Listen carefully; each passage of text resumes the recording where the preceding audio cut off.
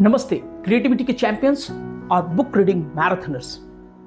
आज हम पहुंचे हैं keep going 10 things to stay creative in good times and bad इस किताब के अंतिम दिन पर। पहले तो आपको ढेर सारी बधाइयां कि आपने पूरी की है बुक रीडिंग मैराथन की 35वीं किताब और क्रिएटिविटी सीरीज की 7वीं और अंतिम किताब। अब तक हमने क्रिएटिविटी सीरीज में कौन कौन सी किताबें पढ़ी हैं, चलिए एक बार देखते हैं।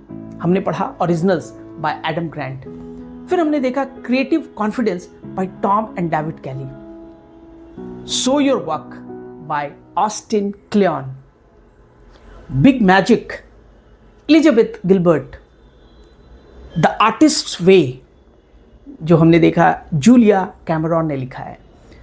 फिर ऑस्टिन क्लेयन की एक और किताब हमने देखी स्टील लाइक एन आर्टिस्ट। और अब आज हम पूरी कर रहे हैं ऑस्टिन क्लेयन की ही किताब कीप गोइंग। इसके बाद क्योंकि ये क्रिएटिविटी सीरीज है, हम इस सीरीज में एक बफर बुक भी पढ़ेंगे और उस बुक का नाम है the war of art by Steven Pressfield. तो चलिए दोस्तों, आज की बात करते हैं।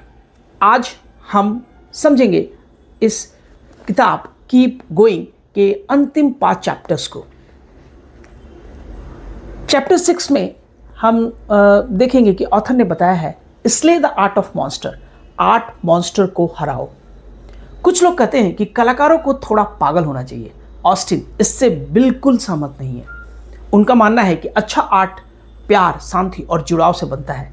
कलाकार बनने के लिए आपको बदतमीज या गुस्सैला बनने की जरूरत नहीं है। चैप्टर 7 में ऑस्टिन बताते हैं कि you are allowed to change your mind.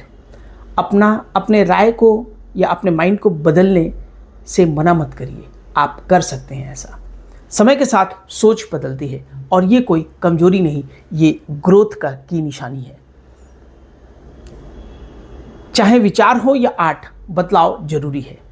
अपने विचारों को अपडेट करना भी एक क्रिएटिव एक्ट ही होता है। चैप्टर 8 में ऑथर ने बताया है कि when you are in doubt tidy up. जब समझ ना आए तो जस्ट सफाई करो।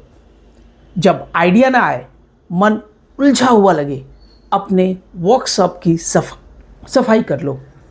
साफ माहौल का मतलब होता है साफ सोच। ऑस्टिन कहते हैं कि क्लटर को हटाओ तो क्रिएटिविटी बहना शुरू हो जाती है। तो जहां भी आपके पास क्लटर दिख रही हो उसे हटाइए और अपनी क्रिएटिविटी को फ्लो करने दीजिए, रास्ता दीजिए। चैप्टर 9 में ऑस्टिन कहते हैं कि डेमॉन्स हेट फ्रेश एयर। नकारात्मक सोच ताजी हवा से डरती है। कभी भी अगर आपको दिमाग भारी लगे, डर, चिंता या आलस सता रहा हो तो बाहर टहलो, हवा में सांस लो, मोबाइल नीचे रखो और कुछ देर प्रकृति से जुड़ो।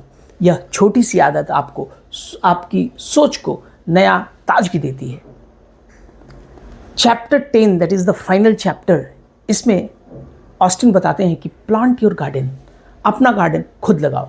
दूसरों के ट्रेंड्स का पीछा मत करो, खुद अपना कुछ क्रिएट करो। लाइक्स, फेम या ट्रेंड्स के पीछे भागने के बजाय अपना खुद का सोच या अपना खुद का स्पेशल कुछ बनाओ। अपनी गति से बढ़ो, रोज थोड़ा थोड़ा करते जाओ, यही असली जीत है। तो दोस्तों चलिए अब देखते हैं हमने ये 10 चैप्टर्स में क्या सीखा। हर दिन ग्राउंड हाग डे होता है।